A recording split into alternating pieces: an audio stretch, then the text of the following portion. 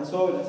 Señor, le damos gracias porque hoy vamos a aprender más de su palabra, y en el nombre de Jesucristo le pedimos que este culto sea de bendición. Ponemos esto todo en sus manos y le pedimos que el Espíritu Santo bendiga todo lo que vamos a hacer hoy.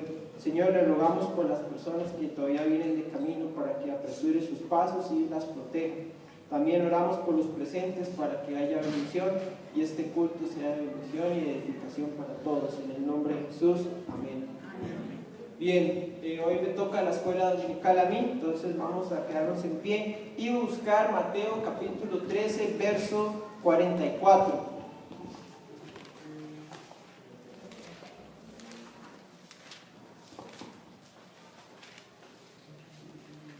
Lo tienen todos, vamos a leerlo todos juntos a la cuenta de 3, 1, 2, 3. El reino de los cielos es semejante a un tesoro escondido en el campo, y que un hombre se descubrió y luego escondió, y con regocijo va, vende todo lo que tiene y compra aquel terreno. Podemos sentarnos.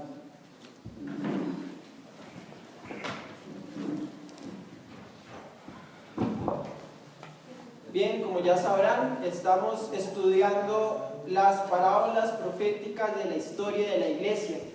Esto con el fin de que usted aumente el umbral que tiene sobre Jesucristo y sobre su capacidad, y ponerlo como superior a todo hombre, y no solamente a todo hombre, sino superior a toda enseñanza.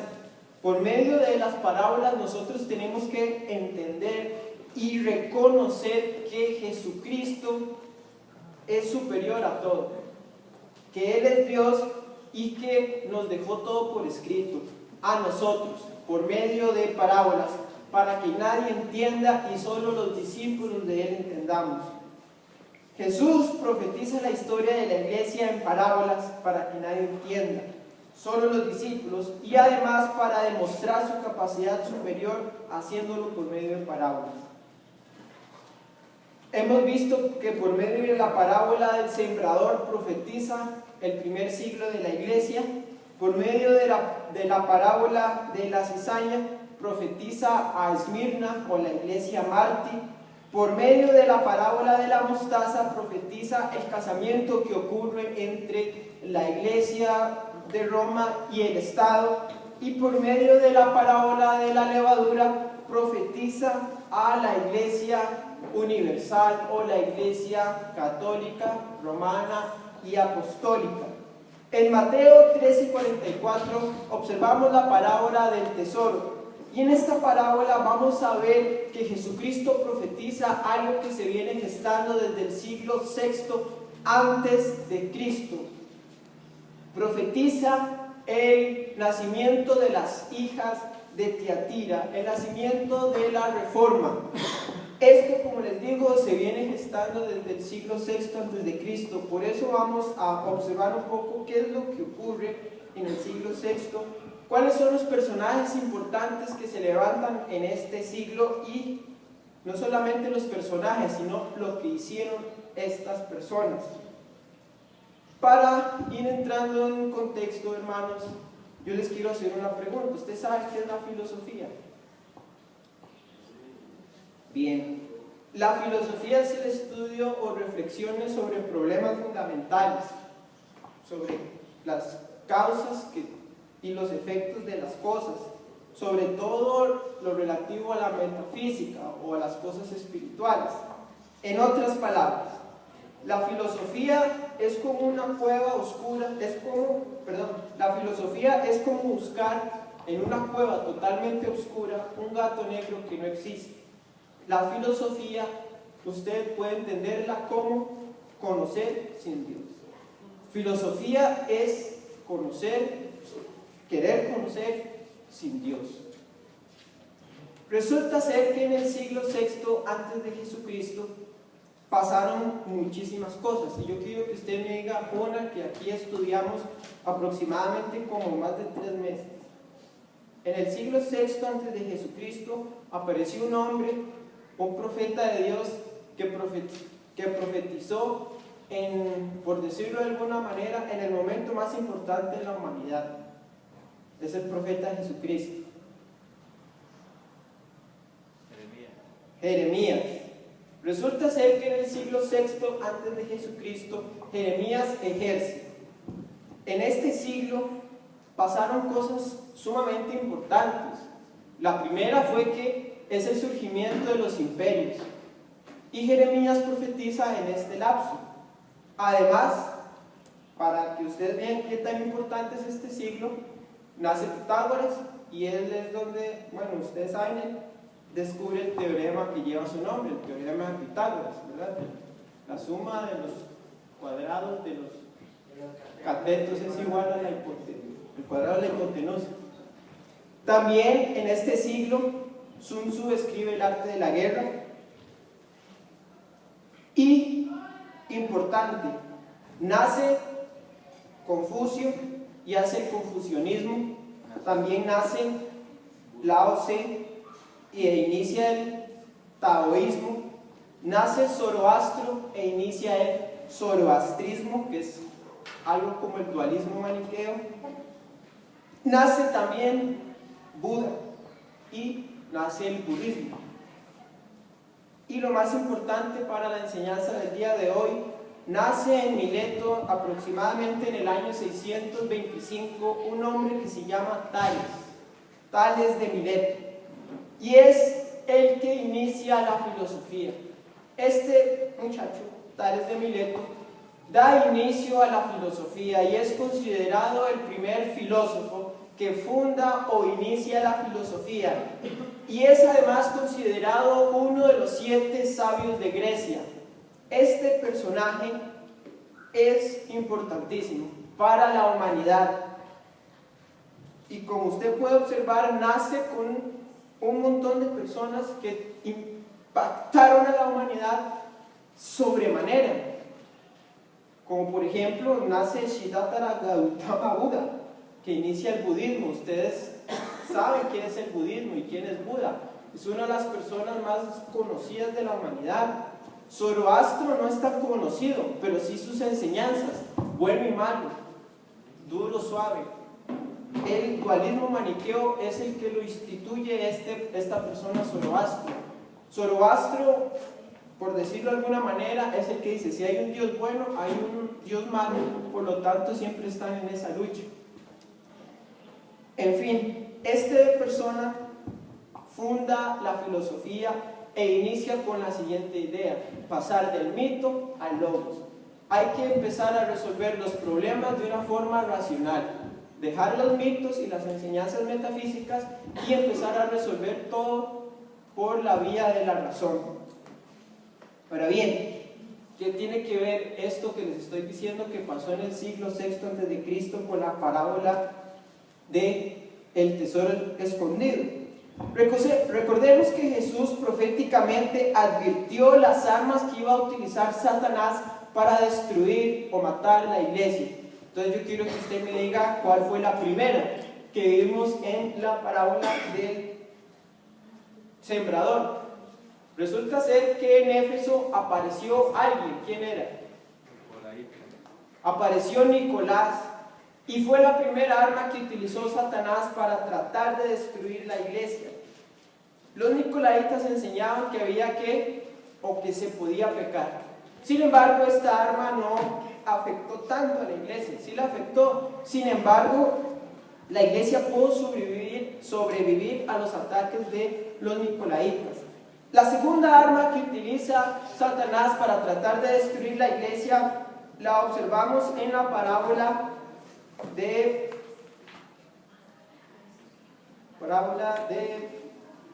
la semilla de mostaza. ¿Qué ocurre en Pérgamo? Ocurrió que apareció la doctrina de Balaam. Sin embargo, esta arma no destruyó a la iglesia. Luego en Tiatira aparece otra arma que utilizó Satanás. ¿Cuál es? Yo sé que ustedes la saben, no soy el pastor. En Tiatira, Satanás utiliza otra arma. ¿Cuál fue, el pastor? No responda.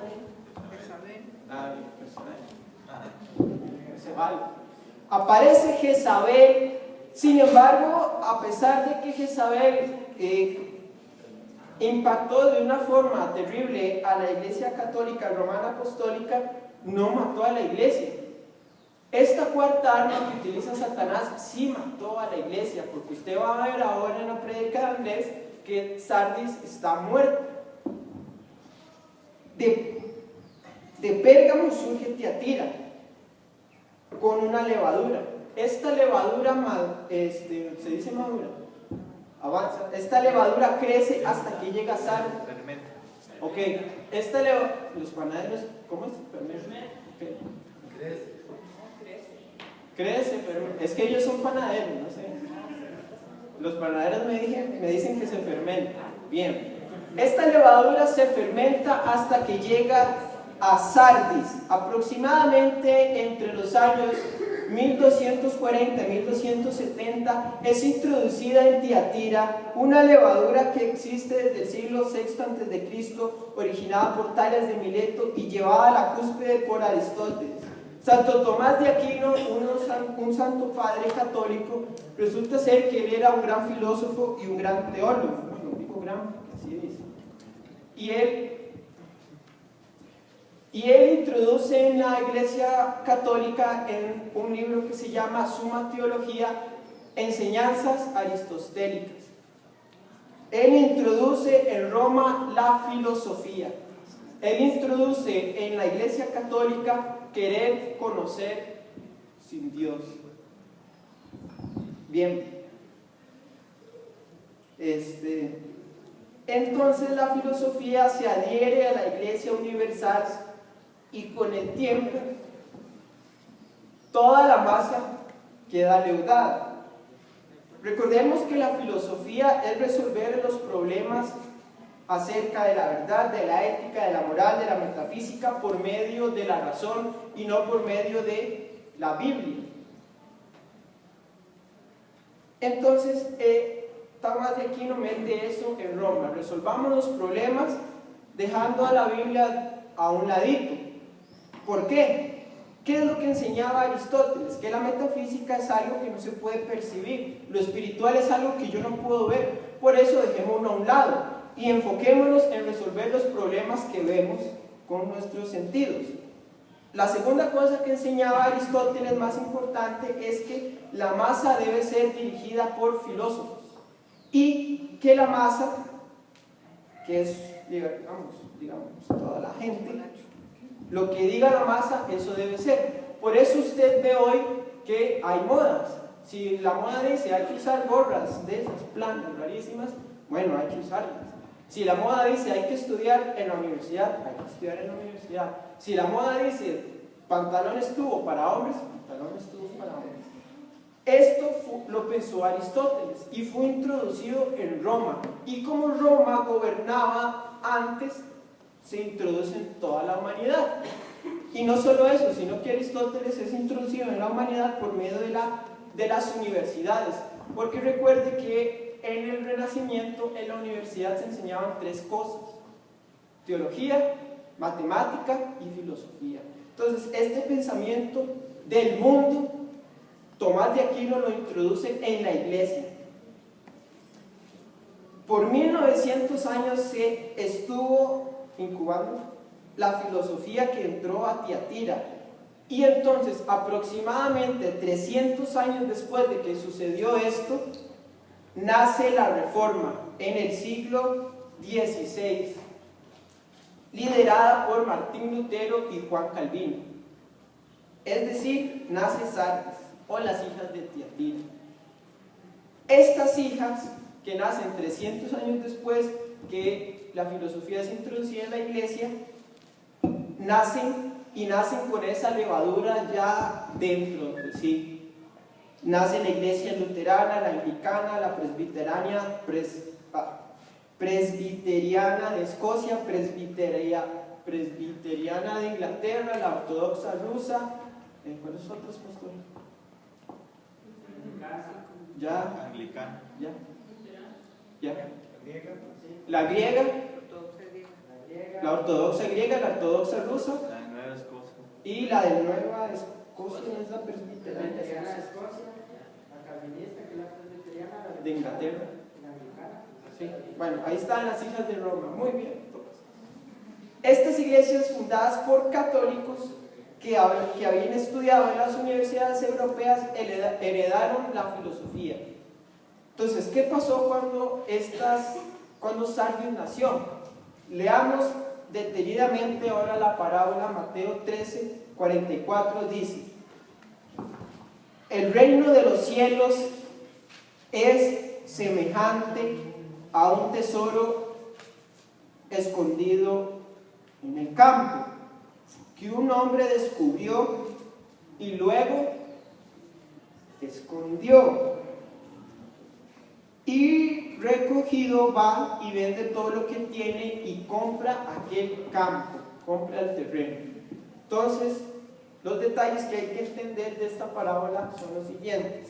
El tesoro es la palabra, el terreno es la iglesia, y esconder, bueno, es esconder. Sardis, o las iglesias de la Reforma, escondieron la palabra por la filosofía. ¿Qué sucedió en Sardis entonces? ¿Qué sucedió con esta profecía que dijo Jesucristo?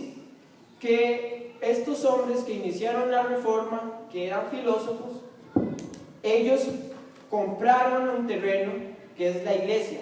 Recuerde que Calvino y Martín Lutero fueron respaldados por reyes. Calvino fue respaldado por el rey de Suiza y Lutero por el rey de Alemania. Ellos tenían mucho dinero y pudieron comprar una iglesia. Compraron un terreno. En este terreno había un tesoro, que es la palabra. Sin embargo, ellos escondieron la palabra y se dedicaron a la filosofía. Por eso usted puede ver que, como por ejemplo, Juan Calvino escribió un libro que se llama Institución de la Religión Cristiana, que es como de este vuelo. Solo el primer tomo tiene como 700 páginas. ¿Y qué hacían los calvinistas y los cristianos de ese momento? En vez de leer la palabra, ¿qué hacían? Leer Institución de la Religión Cristiana de Juan Calvino. En vez de leer la palabra, ¿qué leían? Las 95 tesis de Martín Lutero. En vez de leer la palabra, leían un viejo que se llamaba J.W. Pink. En vez de leer la palabra, leían a Santo Tomás de Aquino. En vez de leer la palabra, leían cualquier otra cosa de filósofos del momento y del no momento. Entonces, Jesús proféticamente aquí dice que Sardis, o la iglesia de la Reforma, escondió la palabra, totalmente quedó por debajo de la filosofía. ¿Qué significa esto? La Reforma inició bien, como usted va a ver ahora en la prédica, que Sardis tiene algo bueno. Sin embargo, Jesús profetizó que iban a esconder la palabra, es decir, dejaron la Biblia de un lado y empezaron a filosofar. Como por ejemplo, la Biblia claramente dice que nosotros somos libres. Amén. Que no dice amén, vamos a tener problemas. Bueno, la Biblia dice claramente que somos libres. Sin embargo, Juan Calvino inició una discusión alegando de que no somos, o que podíamos ser o no ser libres.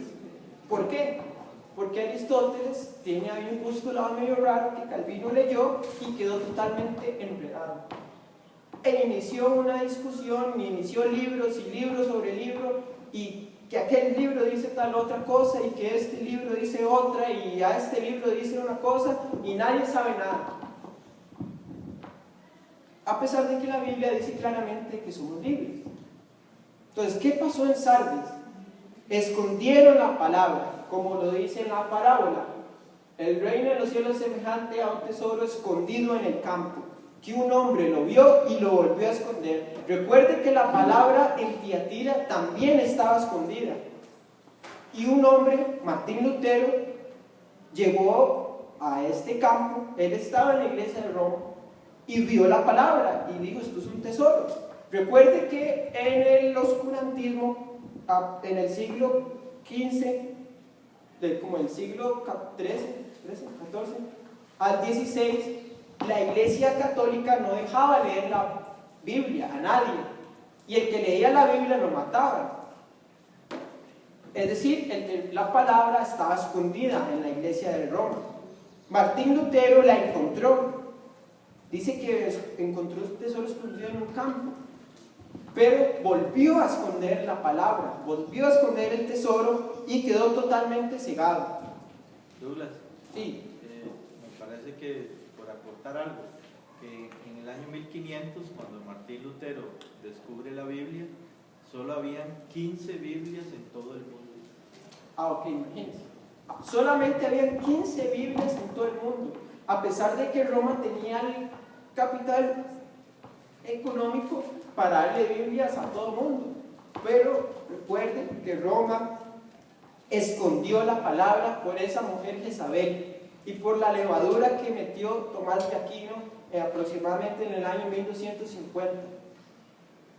Entonces vemos en esta parábola que Sardis, o la iglesia luterana, Jesús profetiza acerca de ella, diciendo: vean, lo que va a pasar es lo siguiente, va a llegar un hombre y va a ver la palabra, va a encontrar la palabra, va a encontrar el tesoro, pero lo va a esconder, y al esconderlo va a matar al principio. Vemos que Jesús proféticamente profetizó toda la historia de la iglesia. Nosotros la podemos ver ahora fácil porque ya pasó. Lo que les estoy diciendo son simples datos históricos. Es algo que usted puede ir a una biblioteca y leer en un libro.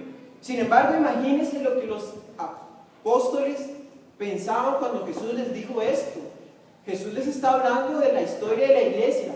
Jesús en 7 parábolas les cuenta 2000 años de historia, que cuando escribió Juan dio la luz que necesitaban ellos para entender esto.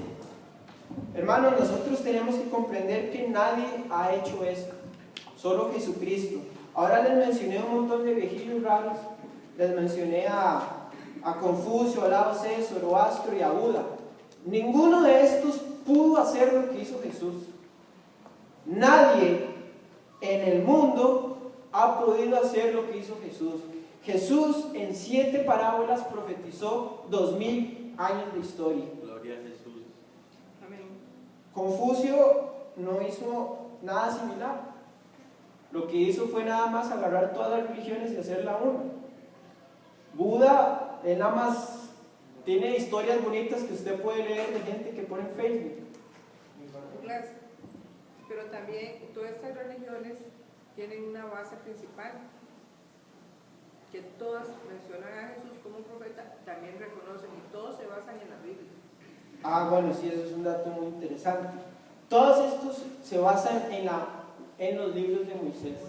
Recuerde que Moisés es anterior, mucho anterior que ellos. Todos ellos se basaron en Moisés. Y fue Jesús quien aclaró todo, y fue Jesús quien profetizó 2000 años de historia en 7 parábolas. Ningún ser humano es capaz de hacer esto que hizo Jesucristo, con un nivel de precisión exacto, porque hay muchos profetas que se dicen ser profetas, como Nostradamus, que él nada más empezó a decir cosas y la gente le acomoda lo que él dijo. No, Jesús dijo las cosas y así pasaron, nítidas y bien claritas.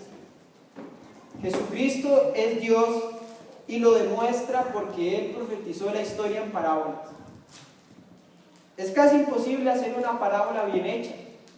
Y ahora, una parábola que diga el futuro es absolutamente improbable. Hermanos, para ir concluyendo, la aplicación que debemos rescatar de esta enseñanza es que Jesús nos dejó la palabra, que es un tesoro. Ahora bien, ¿usted puede esconder la palabra? No, pues sí, claro. No debe. No debe, que es otra cosa. Sí puede. Cuando usted no lee la palabra, ¿qué es lo que está haciendo? La está escondiendo. ¿Y qué pasa cuando se esconde la palabra? Bueno, ya Andrés nos va a decir lo que pasó con Sardis. Sardis murió. Si usted esconde la palabra, muere. Porque si usted no recurre a la palabra para resolver sus problemas, los va a tener que resolver de la forma de Tales de Mileto, utilizando su cabecita. Y su cabecita no está muy sana. La palabra sí. Bien, recuerden, hay dos vías para vivir, o hay dos métodos para resolver su necesidad: la filosofía o la palabra. ¿Qué pasó con los que decidieron resolver la vida sin la Biblia? Están en el infierno o están como Sardis, muertos. Nosotros somos la iglesia y debemos recurrir siempre a la palabra. Amén. Bien, no sé si queda alguna duda, comentario o aporte. Sí, dos. Vamos primero con Bueno, la señora. ahí dice, además el reino de los cielos es semejante a un tesoro. Ese tesoro es la palabra. Ajá. Sí. Escondido en un campo. Ese campo Es la iglesia. es la iglesia. Sí. Ok. Después dice, el cual un hombre halla y lo esconde de nuevo y gozoso va por ello, va y vende todo lo que tiene y compra aquel campo, compró a la iglesia. Sí, recuerden que la reforma, en realidad lo que hizo la reforma fue comprar la iglesia, porque Juan Calvino y Martín Lutero lo que hicieron fue porque agarraron un montón de plata del rey de Suiza y del rey de Alemania. Esos reyes lo que hicieron fue comprar una iglesia. Y dejaron Roma. Si usted encuentra un tesoro en un terreno, va y lo vuelve a dejar ahí para que no, y usted va y lo saca y se lo lleva a la casa. No, pues sí. Bien, ellos lo que hicieron fue comprar la iglesia. La iglesia reformada es una iglesia católica con otro nombre. Tomatoes, tomates, como dice Andrés. La iglesia calvinista, la iglesia luterana, la iglesia anglicana, la ortodoxa rusa, la ortodoxa griega y todas esas son hijas de Roma, que escondieron la palabra. La parábola dice que se compra el terreno. ¿Por qué la parábola no dice que el hombre agarró el tesoro y se lo llevó? Porque siguió en la iglesia universal. Recuerde que Roma es universal y que la luterana, la calvinista y todas estas son universales. ¿Esta iglesia qué es? Local, amén. Ellos siguieron en la iglesia universal. Por eso la parábola dice que compraron el terreno, es decir, compraron una iglesia. Y el tesoro siguió escondido. ¿De acuerdo? Sí, pastor. No, que tal vez podrías hablar un poco más sobre la cuarta estrategia de Satanás contra la iglesia, que es la filosofía y que dio más resultado que las tres estrategias anteriores. Ok, entonces rápidamente recapitulemos las armas de Satanás. Satanás primero quiso matar a la iglesia por medio de que se desviara moralmente. Entonces Satanás, el primer ataque de Satanás fue la vía moral, hacer que los cristianos se dedicaran a pecar por medio de la doctrina nicolaíta. ¿Qué es lo que dice esta doctrina? El espíritu va al cielo, el cuerpo se queda aquí, por eso démosle lo que el cuerpo pide, alegría para el cuerpo.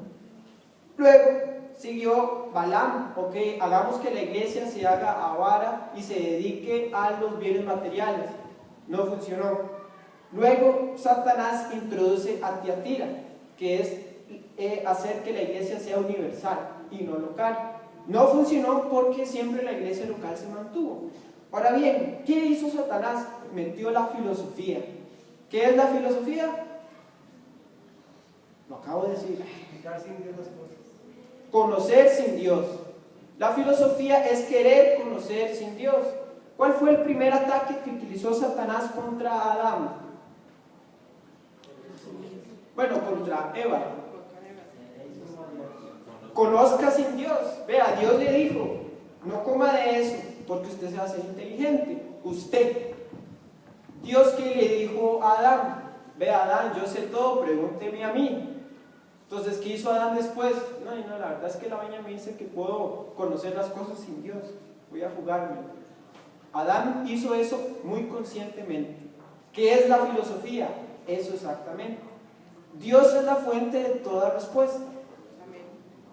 La filosofía se encarga de encontrar otra fuente, conocer sin Dios. Entonces, lo que Satanás hizo fue agarrar a este hombre, Tales de Mileto, y decirle: Tales, usted sabía que puede conocer cosas por su cabecita. E inició la filosofía hasta llegar a Aristóteles. La filosofía es esto: conocer sin Dios. Entonces Satanás lo que hace es introducir a la iglesia, muy bonito, este pensamiento: puede conocer sin Dios. Usted puede encontrar a Dios en usted mismo. Usted puede dar respuesta a sus problemas nada más pensando. Pero eso es antibíblico. Entonces lo que hizo Satanás fue darle al hombre, como quien dice, un permiso para pensar solo. La cuarta arma que utilizó Satanás es decirle al hombre: usted puede tener ideas buenísimas, hágalas. Entonces, ¿qué pasó? Entonces ya Juan Calvino, en vez de leer la Biblia, él dijo: mira, yo tengo una idea. Y luego salió el otro: yo tengo otra idea. Y luego salió este pastor en 1900 y dijo: yo tengo una idea para llegar más rápido a todas las naciones, reactivemos el don de lenguas. Esa idea la tuvo él, no la Biblia. Entonces, la cuarta arma que utilizó Satanás es darle al hombre o a las personas en la iglesia ese impulso que tengan ideas y háganlas, en vez de consultar en la palabra y luego hacer. La filosofía es conocer sin Dios. El cristianismo es conocer por medio de la palabra. Amén. Entonces, la cuarta arma que utilizó Satanás, podríamos decir que es el ego del hombre, que es la filosofía. Es decirle: hombre, usted puede resolver sus problemas por usted mismo, nada más. Hágalo y sea creativo, confía en usted mismo. Positivismo. Sí. ¿Otra duda? Bien, entonces vamos a orar para finalizar la escuela dominical. Padre, le damos gracias por su palabra y le damos gracias por que usted es bueno con nosotros y nos permite leer su palabra y entenderla y tener edificación. Padre, le pedimos en el nombre de Jesucristo, Señor, que bendiga el resto del culto y que bendiga este mensaje en el corazón de las personas que lo escucharon. En el nombre de Jesús, amén.